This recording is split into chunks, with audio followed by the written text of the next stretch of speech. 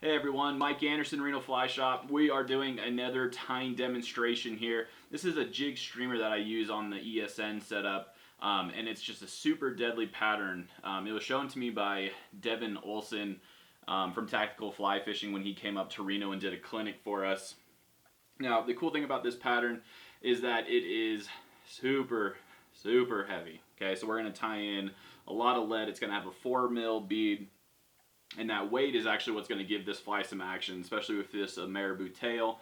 This is going to kick and pulse as you are fishing it, and it's just really attractive to trout. I've also caught bass on this, so definitely a nice bass fly as well. I usually tie it in 3 different colors. The olive, which is actually an olive brown. I'll do a white, literally the exact same fly, but with white. And then, lastly, I'll do a black as well. Okay, so we are going to get into tying this guy. So the hook that I have is a Firehole 516 in a size 8. Just a great hook. It's actually what I use to tie my balance leashes on too. So definitely just a great all-around very sticky hook, obviously barbless. And then the bead I have on there, this is a inverting tungsten bead in 4.0. We sell at the shop slotted beads in a 3/8, just as fine. No real difference there. This is just what I happen to have. And then we're going to do about 16 wraps of 030 lead, all right? So I always put my lead on a bobbin. Just makes it a little easier to handle. And you'll notice too, when I'm putting my lead on, I'm actually going to counter thread it on. I'm not going to go as you would normally tie. There's a reason for that, and I'll show you here in a second. So 16 wraps of 030. Again, we're going backwards. 1, 2, 3, 4, 5, 6, 7, 8, 9, 10. Now it doesn't look like I have enough room to stack the other 6, but what I'm going to do is I'm going to shove that lead now into the bead, kind of orienting the bead. So I have my 10 down, and then over the top of what I've done, going back the other direction, I'm going to do my 6. 1, 2, 3, 4, 5, 6. Okay, break off your lead there.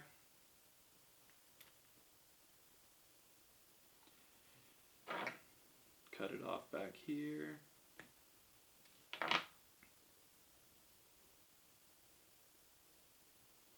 Make sure that's down. There we go.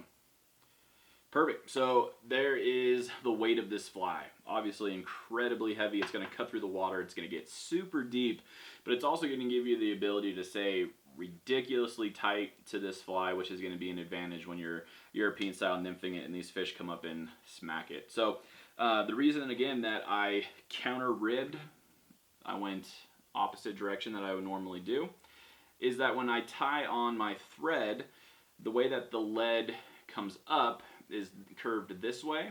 So when I start wrapping, I'm wrapping in the same direction. If I had done a normal wrap, the lead would be curved this way, and I'm wrapping this way, you can see they would cross and get tangled. So I'm going to start my thread right at the back, and then just do a couple up onto that first ramp.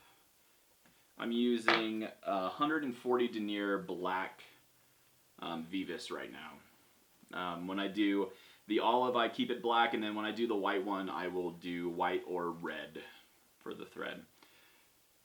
We're going to throw down a pretty liberal bit of glue. I want it to kind of soak through the lead and grab the hook there. That's just going to help us as we're actually, now you can see, fully tying on lead. Lead will have a tendency to turn, so that little bit of glue is just going to help us lock it in.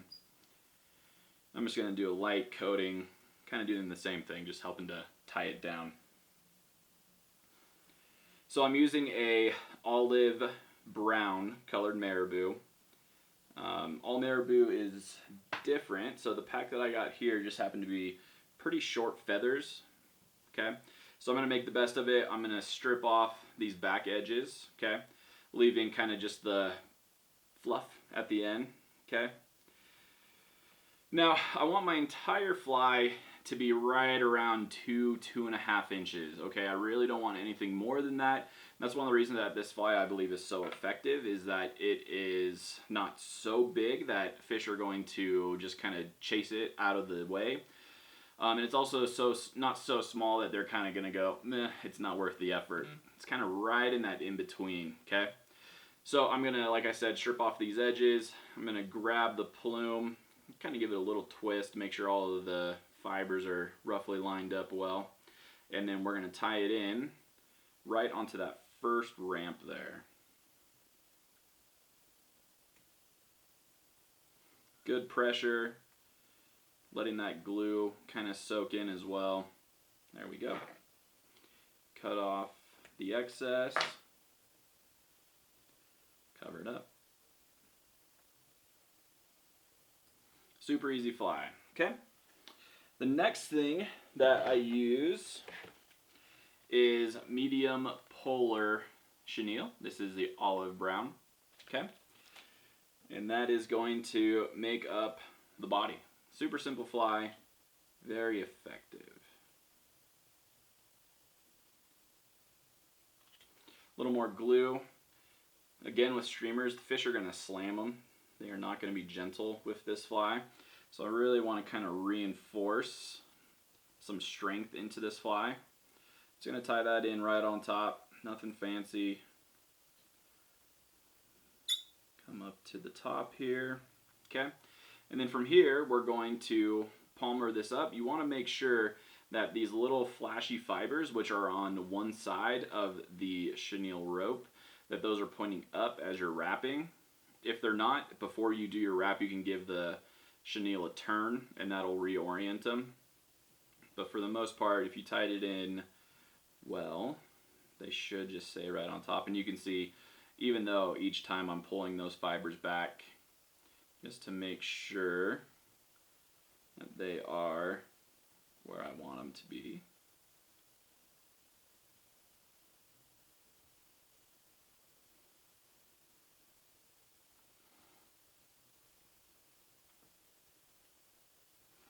Couple of drop wraps to tie that off. Cut it nice and close. I'm going to pull all of the fibers away now from the eye, okay? I don't want to crowd it at all. And I'm going to do just a little bit of a collar just to kind of make sure that all of those fibers are kind of pushed back. Good whip finish.